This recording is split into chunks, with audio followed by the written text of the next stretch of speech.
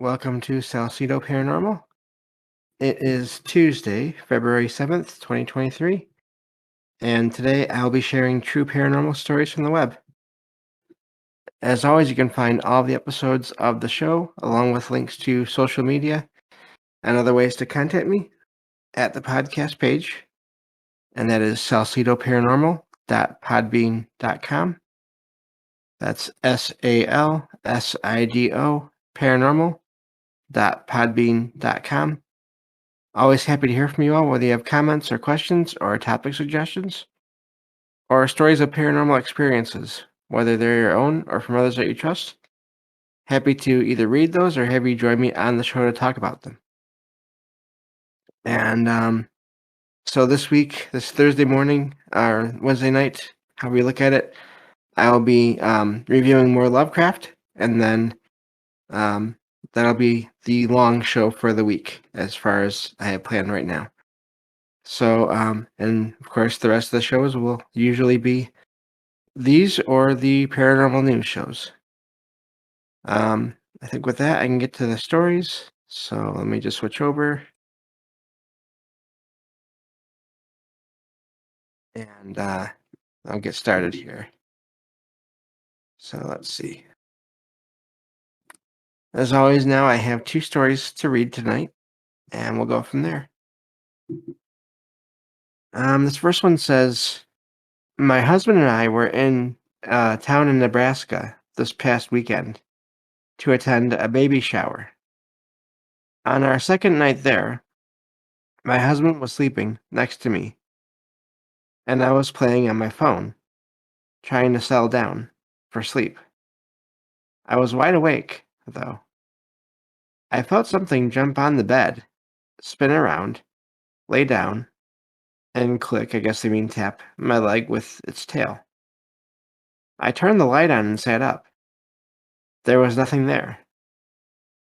The bed was on a platform, so nowhere for anything to go under.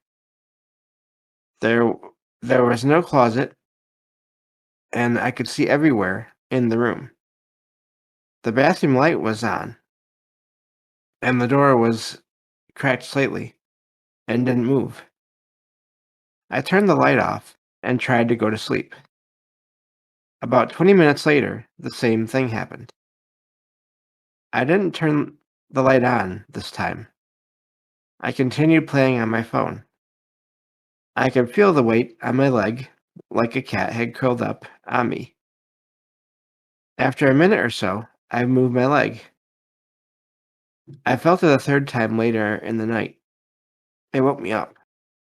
I got up and went to the bathroom, came back to bed, and slept through the rest of the night. The next morning, we were packing up to leave, and I was talking to my husband across the room. As we were talking, my husband's earbud case spun around once and stopped on a table a few feet from both of us. We just looked at each other, and then I told my husband about the cat. He joked and said our cat probably astral projected to us from another state. And that's how the story ends.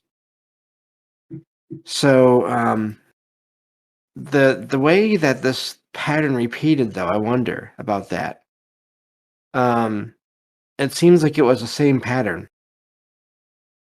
And so I wonder if that could have maybe possibly been more of a residual thing. Especially, I'm guessing the weight lifted or was just gone when the writer moved their leg. I don't know. They didn't really specify that. Maybe they were partially asleep getting there. But just the way it repeated that same motion every time. I wonder if it was some kind of residual. And of course, there's the option of it being aware and just vanishing once there's movement or light. Sort of wanting to be there, but not wanting to be noticed, I guess, or at least acknowledged. Which is funny because if it's a weight on the bed, you're going to notice it. So, but that's also a typical cat kind of behavior. I'm going to show up here and um, I'm going to make myself comfortable, and you're going to notice me, but you don't react, because if you react, I'm gone. So that tracks for at least some cat behavior right there. It's just my experience anyway. So, yeah, I don't know with that, but also the object spinning on the table. So there's a couple of different things possibly going on there. Also, though, that reminds me in a way of how cats like to play with things. So maybe that was the same thing. Um, Hard to tell, but a neat story. I wonder about the history of that hotel. Of course, even though they don't say the name of the hotel. Um, but yeah, exactly. Mattel and then PDG, Ghost Cats will swat stuff. I believe it, because cats will swat stuff. They go after things sometimes. Another Logan, possibly. Definitely a cat, yeah. So, I thought it was a neat little story, just an example of ghost cat activity, at least the way it seems anyway. So, fun little story there. Nothing harmful, and just um, someone that wanted to be with people, apparently. So, neat story. Um, so let's see here. I'll move on to the second story here. This one says, let's see here. Okay, here we oh no, I scrolled back too far. Let me just scroll down a little bit. Okay, there we go. This says, this happened when I was about 6 years old. I'm 27, female now. My aunt had passed away a year prior to this incident. I was playing in my brother's room with some blocks. I was sitting on the floor, right next door, right next to the door, I guess they mean, right next to the door, which was open and led to our hallway. I sensed someone walking past the room, and at first I figured it was my mom. When I looked up, I realized it wasn't. It was my aunt, wearing a white nightgown. She may have passed away in that, but I'm not sure. She was holding a candle of some kind in front of her as she walked slowly past the doorway down the hall. I was honestly not even scared. I loved my aunt, and she was very spiritual. I waited a moment before getting up and looking down the hallway, which led to a window. She was gone, but there was a bright light outside the window. It almost looked like a star in the distance, but I wouldn't have been able to see them, or I guess I mean a star, from that window. Not really a creepy story, but it was nice to see her. And that's where that story ends. Neat sighting there. Seems like just maybe that aunt visiting the family, possibly. Um, I wonder, um, just as far as how conscious she was, if it was a conscious thing, or if it was.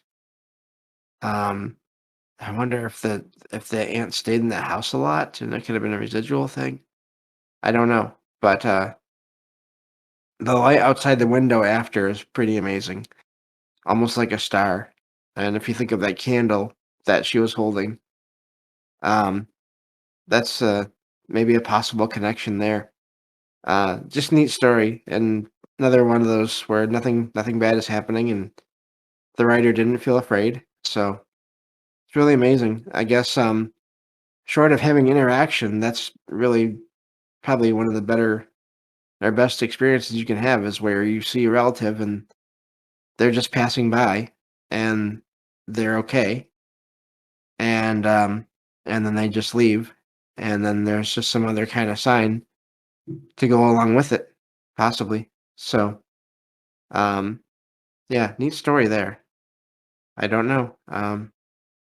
They could have been conscious and just passing through and looking at the house, and maybe just got them visiting with the mom. Didn't even think that the daughter, the niece in this case, would see her, and so just was walking past.